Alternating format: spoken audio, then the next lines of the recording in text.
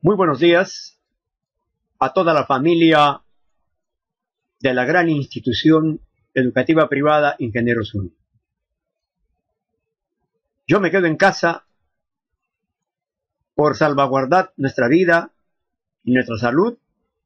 Es un mandato gubernamental que estamos cumpliendo en la medida de nuestras posibilidades para no continuar con la degeneración del COVID-19.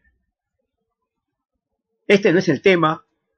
Quiero aprovechar al máximo estos 15 minutos que tengo para decirles que quien les habla es el profesor David Guamán Manrique y que les desea lo mejor a mis estudiantes, a su familia y a todos los peruanos. Quien les habla va a dictarles el área de Historia Universal en el presente año y como primer tema, estudiantes, vamos a explicar cómo es que el ser humano apareció sobre la faz de la Tierra y cómo ha sido posible el habernos desarrollado hasta la actualidad tal y cual somos. Quiere decir que vamos a tratar sobre el tema de la hominización. En el capítulo 1 de nuestro libro habla sobre la hominización.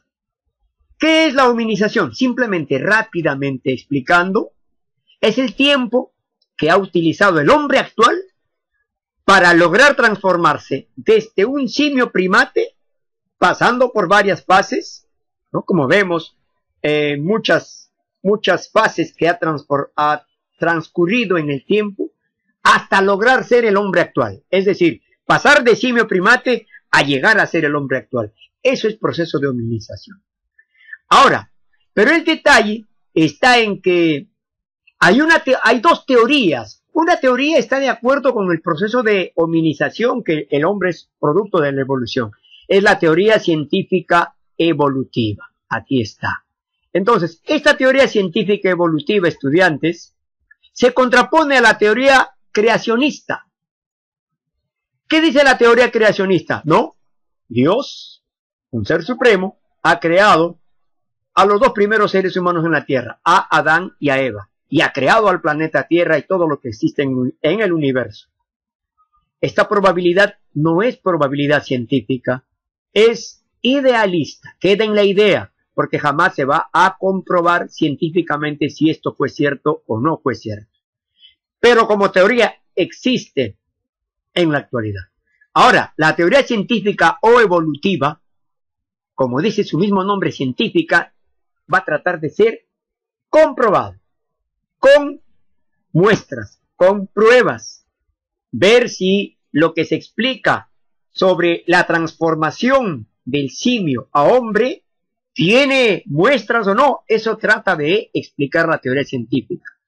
Dentro de la teoría científica existen las siguientes subteorías. Teoría científica de Jean-Baptiste de Monod, llamado el Caballero de la Mar, sostiene él, en fundamento total, que los seres humanos somos producto de la madre naturaleza y que la madre naturaleza nos ha transformado. Sobre este hecho, recalca la teoría de Charles Roberto Darwin, considerado el padre de la teoría de la evolución, y dice en su obra El origen del hombre y la selección en relación al sexo, dice que los seres humanos, muchachos, hemos evolucionado luchando contra la naturaleza. Es decir, es una constante lucha del hombre frente a la naturaleza. Y poco a poco, venciendo a la naturaleza, entonces el hombre ha logrado desarrollarse. Ha logrado que su cerebro logre perfeccionarse, luchando contra la naturaleza. La tercera teoría es la teoría sintética o neodarwinismo.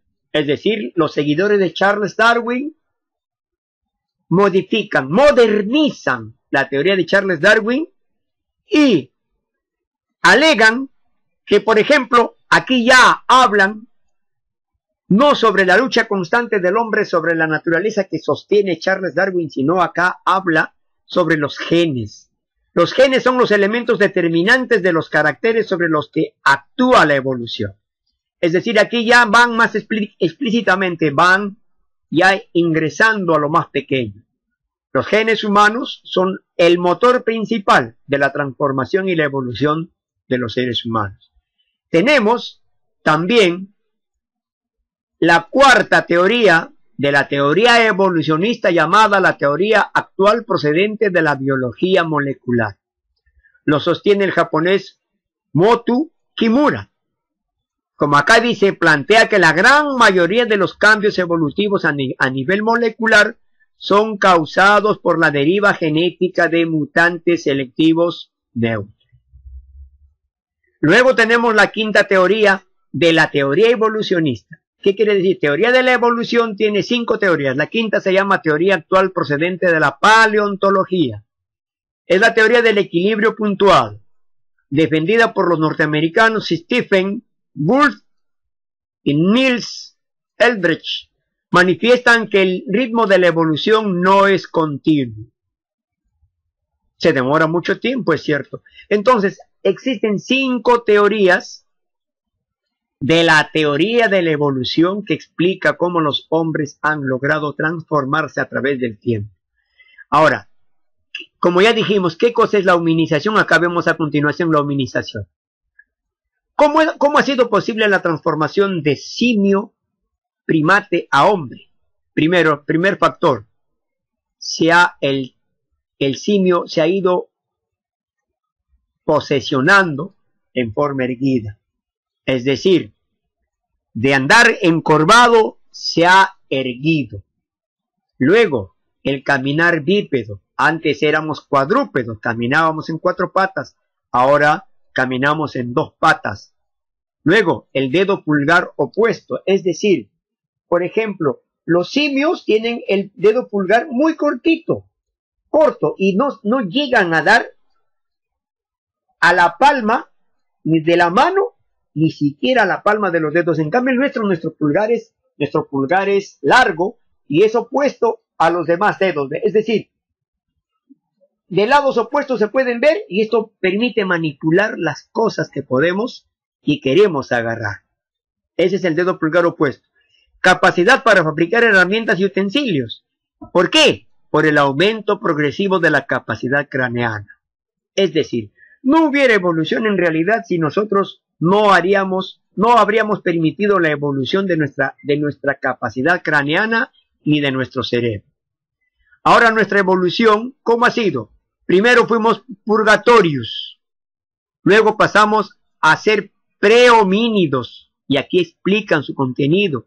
Luego pasamos a ser australopithecus, y los australopithecus ya son monos superiores, ¿ya? Es decir, aquí estamos hablando de purgatorios y los prehomínidos de monos inferiores. En cambio, los australopithecus ya son monos superiores. ¿Por qué superiores?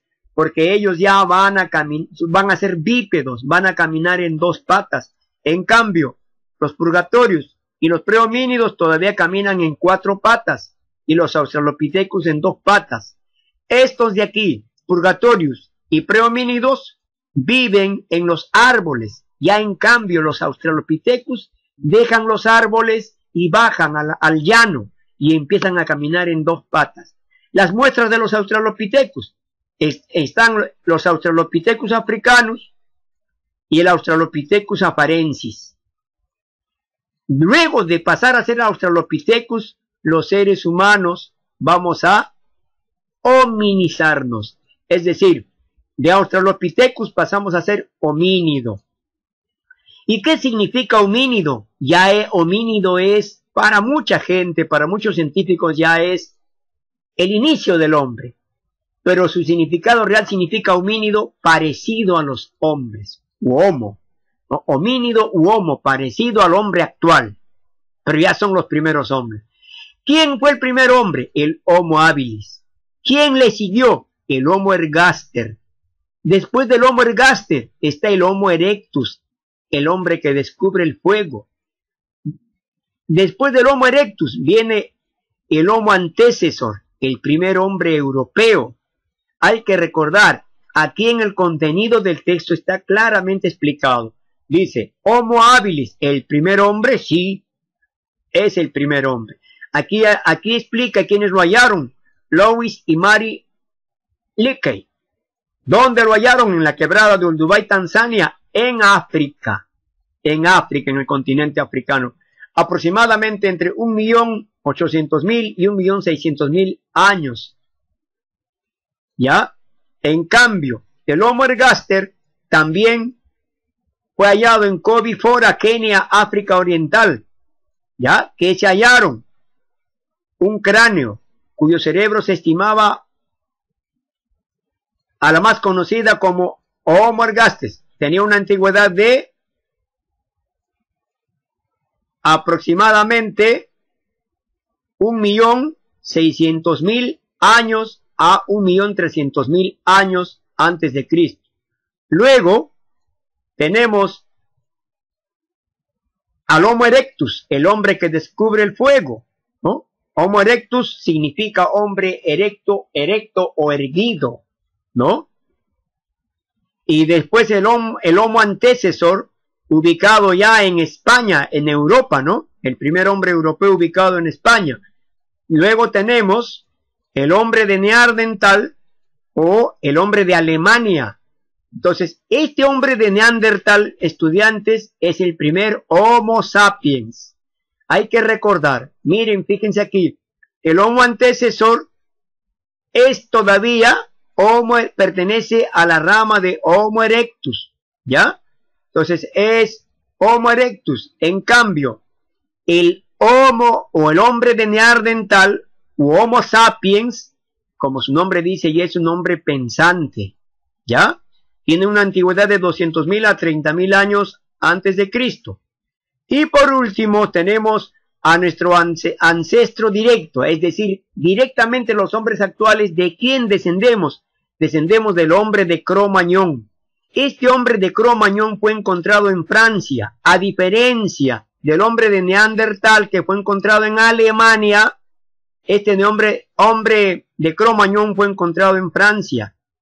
El hombre de Cro-Magnon ya es el Homo sapiens sapiens.